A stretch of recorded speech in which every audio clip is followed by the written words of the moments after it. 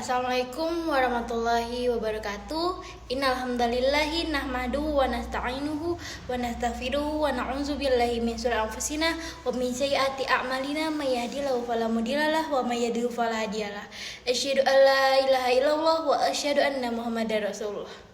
Marilah kita bersyukur atas rahmat serta kasih sayang yang telah Allah Subhanahu wa taala berikan kepada kita. Salawat serta salam semoga tetap tercurah kepada baginda Nabi Muhammad SAW yang telah membawa kita selaku umatnya dari zaman jahiliyah menuju zaman ilmiah seperti sekarang ini. Nah, pada kesempatan kali ini saya akan membahas tentang sopan santun dalam berbicara. Akhir-akhir ini cenderung semakin menurunnya kesantunan anak-anak dibandingkan dengan anak-anak pada zaman dahulu.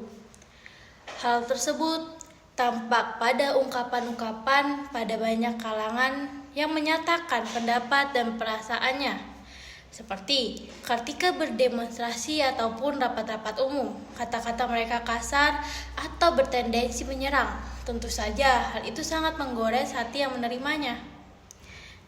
Gejala yang terlihat pula pada penggunaan bahasa oleh para politisi kita. Misalnya, ketika melontarkan kritik terhadap kebijakan pemerintah, tanggapan mereka terdengar pedas, vulgar, dan beberapa di antara cenderung provokatif. Padahal sebelumnya, pada zaman pemerintahan Orde Baru, pemakaian bahasa dibingkai secara santun lewat pemilihan kata yang dihaluskan maknanya. Kita pun tentu gelisah sebagai orang dewasa. Kita menyaksikan kebiasaan berbahasa anak-anak dan para remaja yang kasar dengan dibumbui sebut-sebutan yang tidak baik. Sangat miris bukan untuk didengar.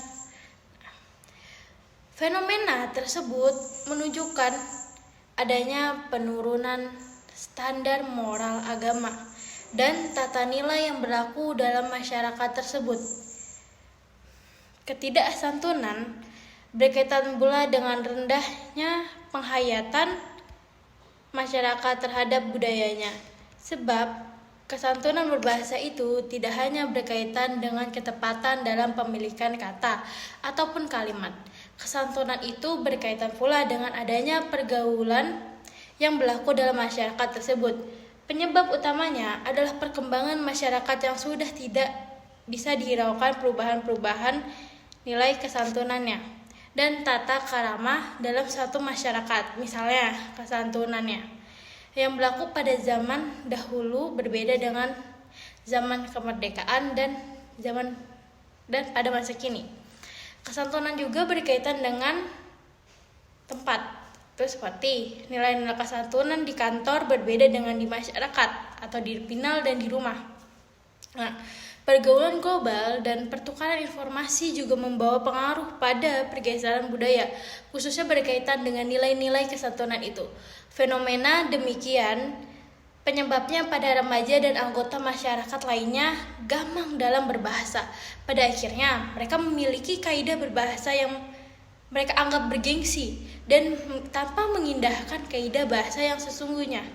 Sejalan dengan perubahan waktu dan tantangan global, banyak hambatan dalam upaya pembelajaran tata krama berbahasa. Misalnya, tayangan televisi yang bertolak belakang dengan prinsip tata kehidupan dan tata krama orang timur. Sementara itu, sekolah juga kurang memperhatikan kesantunan berbahasa dan lebih mengutamakan kualitas otak siswa dalam penguasaan iptek. Nah, selain itu, kesantunan berbahasa sering pula diabaikan dalam lingkungan keluarga. Padahal, belajar bahasa sebaiknya dilaksanakan setiap hari agar anak dapat menghayati betul bahasa yang digunakannya. Anak belajar tata santun berbahasa mulai di lingkungan keluarga. Nilai-nilai kesantunan berbahasa dan beragama juga merupakan salah satu kewajiban manusia yang bentuknya berupa perkataan yang lembut dan tidak menyakiti hati orang lain. Kesantunan dipadankan dengan konsep kaulan karimah yang berarti ucapan yang lemah lembut, penuh dengan pemuliaan, penghargaan, pengagungan, dan penghormatan kepada orang lain. Berbahasa santun juga sama maknanya dengan qaulan ma'rufah, yang berarti berkata-kata yang sesuai dengan nilai-nilai yang diterima dalam masyarakat. Oleh karena itu, pendidikan etika berbahasa memiliki peranan yang sangat penting. Pemerolehan pendidikan kesantunan berbahasa sangat diperlukan sebagai salah satu syariat dalam beragama. Dengan kesantunan dapat tercipta harmonisasi pergaulan dengan lingkungan sekitar. Penanaman kesantunan berbahasa juga sangat berpengaruh positif terhadap kematangan emosi seseorang. Semakin intens kesantunan berbahasa itu dapat diutamakan kematangan emosi itu. Akan semakin baik aktivitas berbahasa dengan emosi berkaitan erat. Misalkan kemarahan, kesenangan, kesedihan, dan sebagainya tercermin dalam kesantunan dan ketidaksantunan itu. Berbahasa santun seharusnya sudah menjadi tradisi yang dimiliki oleh setiap orang sejak kecil.